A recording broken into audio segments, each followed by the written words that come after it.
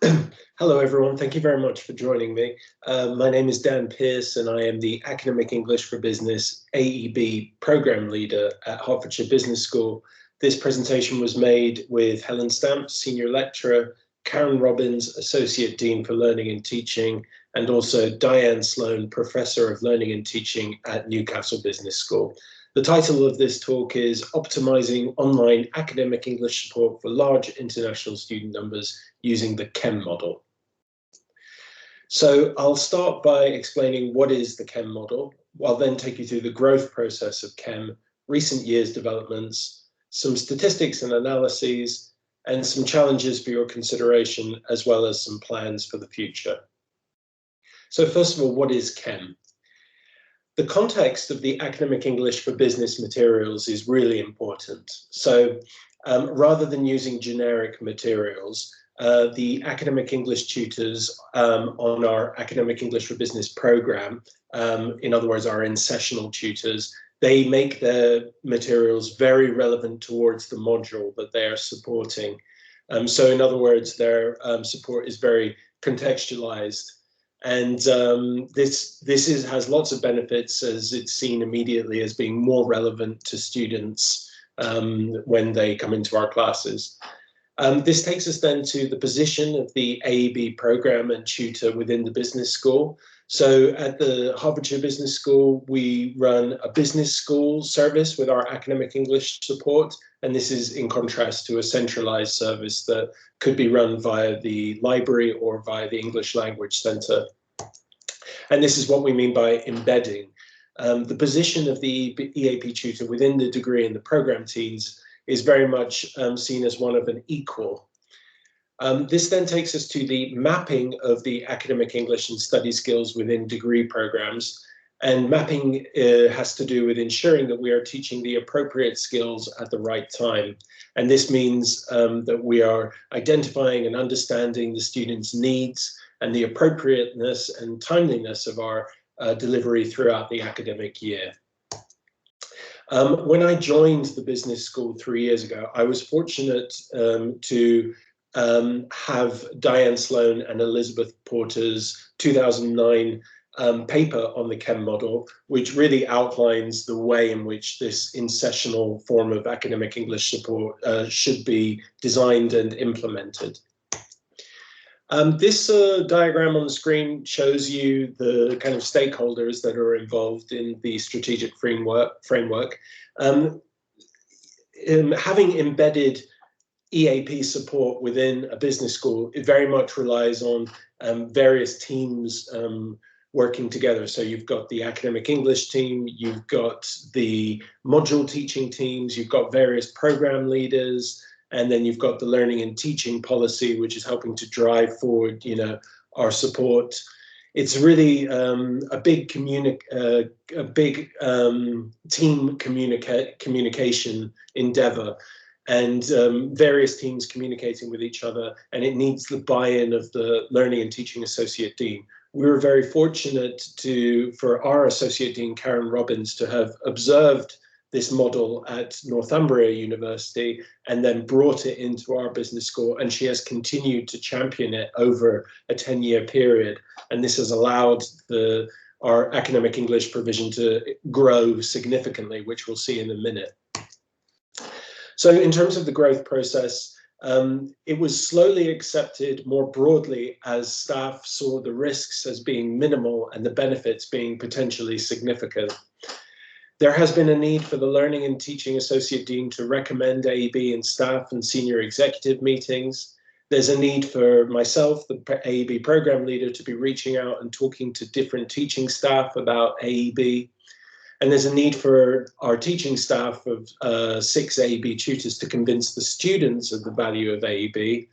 We also rely very much on positive word of mouth and the experience of students talking to other students about how they have benefited from studying their embedded support with us.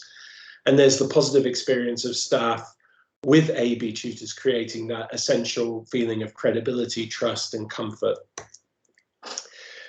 Since I joined 3 years ago, these are some of the major developments which I think would be really useful to pay attention to if you're thinking of implementing a similar model in your department.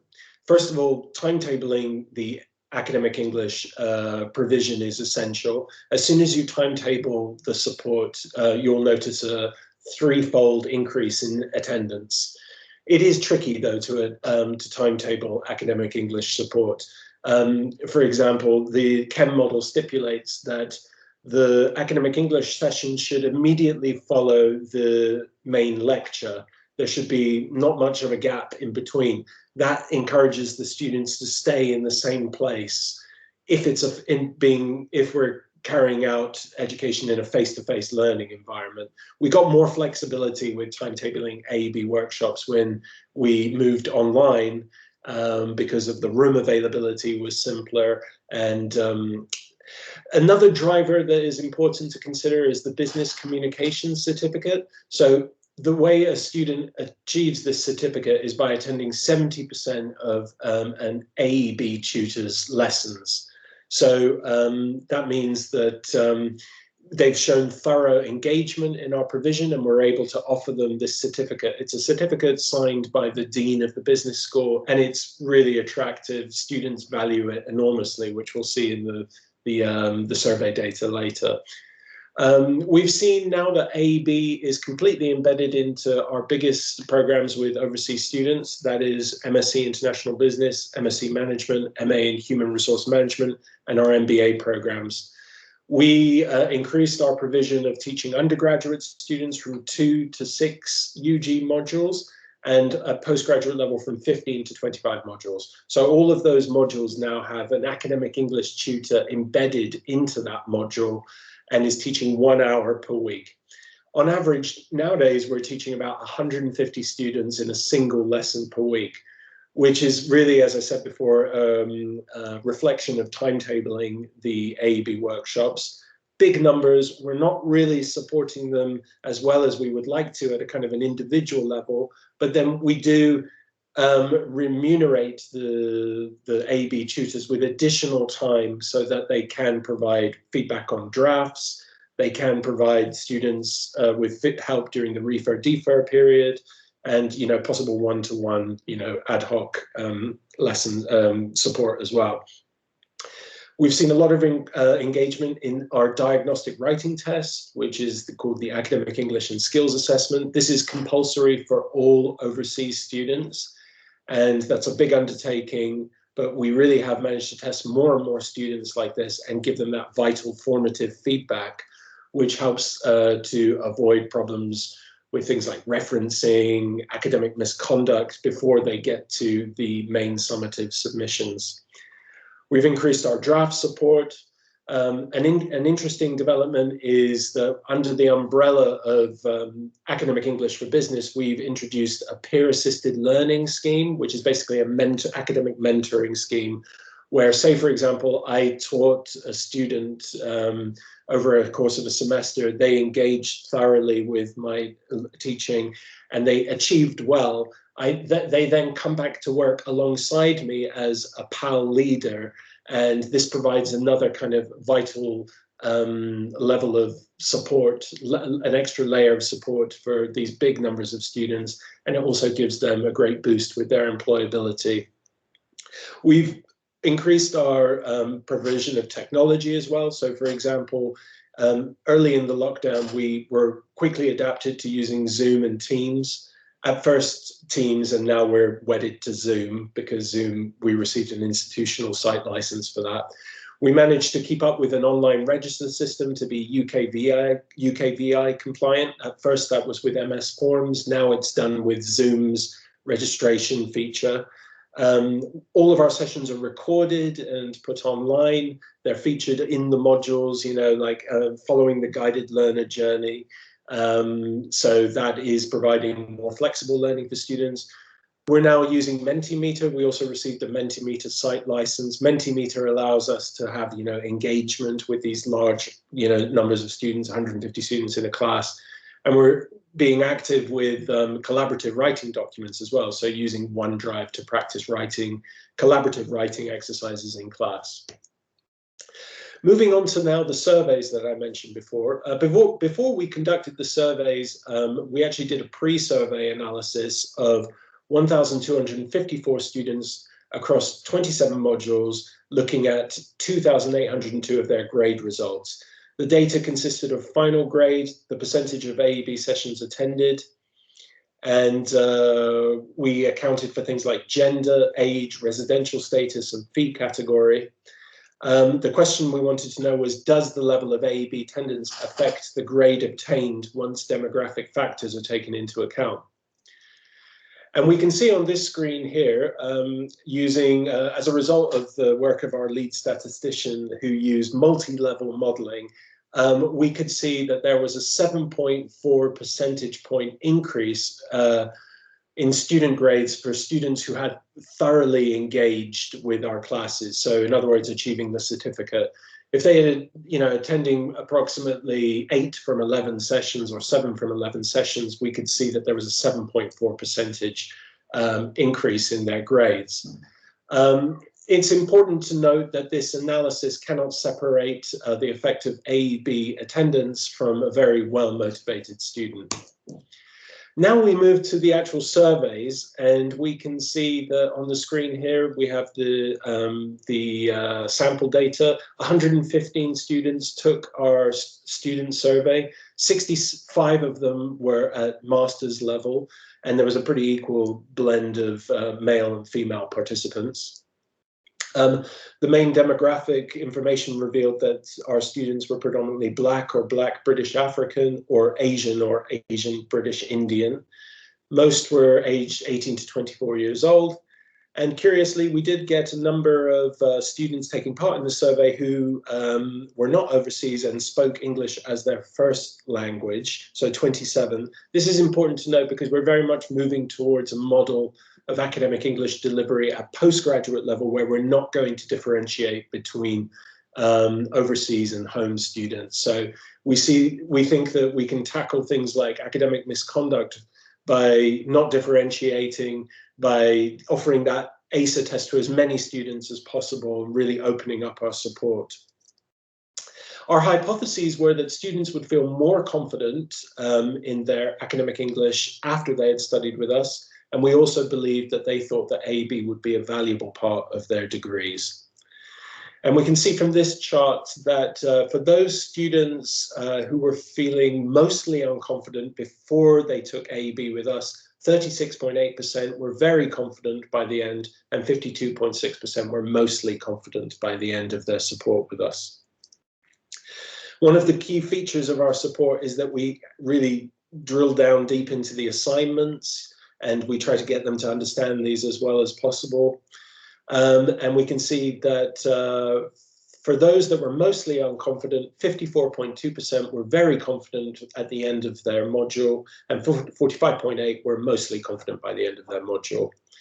In terms of how we rate the following AEB benefits, or how students rated the AEB benefits, we could see that getting to see example assignments and getting feedback on drafts were the most attractive elements of our provision. In terms of the staff survey results, we can see that the 5 undergraduate module leaders and the 12 postgraduate module leaders were all quite emphatic about AEB and how it supported their modules. They all thought that it positively influenced their module success. And in terms of how important they felt that it was offered as part of their module or degree, we can see that 94.1% felt that it was very important. Moving on to the key elements of what they considered to be most important, the diagnostic writing test was considered to be the most important, and the way in which we used example assignments and gave feedback on drafts, that was the way in which we broke down the assignment instructions and we provided feedback on drafts, those were the most important elements. And here's some qualitative feedback to give you a sense of how the students feel about our embedded support. It's encouraging in the third quote here that they said it helps to create a wholesome learning experience. That's part of our mission, to try and create greater sense of module community by filling the gaps, bringing students into the module that might have been feeling a little bit isolated otherwise. And obviously you can see from the last quote that the business communication certificate is really attractive, and they would like us to not just offer a one-size-fits-all certificate, but one that reflected the levels that they were kind of working through. In terms of the staff feedback, as we can see, most of them felt that it was, really making a positive impact on the quality of their students' work, and that it was contributing to the kind of a module evaluations and the overall success that the students were attributing to that module. There are some, areas for improvement in terms of the A/B tutor needs to be very proactive.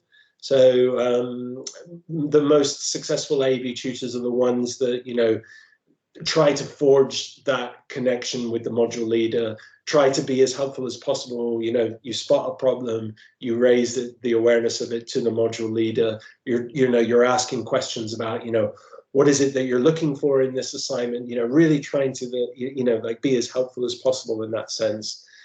From the last quote, we can see that some module leaders are still a little bit reticent about having the module leader, the A/B tutors in their lectures, and becoming, perhaps having too many voices that can become contradictory for the students. If you're thinking about implementing the Chem model and a similar model to what I've described here, one of the problems that we've had is that the traditional lecture no longer exists. As an A/B tutor, I no longer sit in the lecture anymore. Only our tutorials were made synchronous, which meant that I now have to review asynchronous, kind of fragmented content to be able to prepare for my A/B lesson, and that can be challenging, especially when it depends on like the coherence of like the way the module leader is setting out the information. There are administrative challenges. You can imagine if you're going to send this business communication certificate to every student that has achieved 70% attendance, that requires aggregating all of the Zoom registration data together, and then mail merging the certificates to the students. Enrolling students to a module where they could take the diagnostic writing test is also challenging. That's why we're now going to run the ACER, the diagnostic writing test, at program level, because they will already be enrolled there. In running the ACER test with large numbers and a small team of visiting lecturers is challenging. Then you get late arrival students. It's the diagnostic writing test is mandatory for them as well, so that's challenging. We've got students coming from non-business backgrounds, slightly lower IELTS scores, not coming from pre-sessionals. This also means that we have to work twice as hard, to try and give them that formative feedback before they start taking their main assignments. And working with a team of visiting lecturers, I have a wonderful team of tutors working for me, but they're all working across different programs, with different hats on, doing different jobs, different roles, and that makes it very hard for me to sometimes timetable them and to ensure that there's that continuity of modules, the same modules being supported by the same A/B tutor. Plans for the future: we're going to do more induction. As I said, the diagnostic writing test, the ACER, is going to be carried out at program site. We really want to keep that continuity of the same A/B tutor on the same module. That reduces the stress of having to learn a new module and the expectations that come with it. They can build on their subject-specific knowledge. Increasing our part in creating a sense of community, helping to reduce the BAME attainment gap.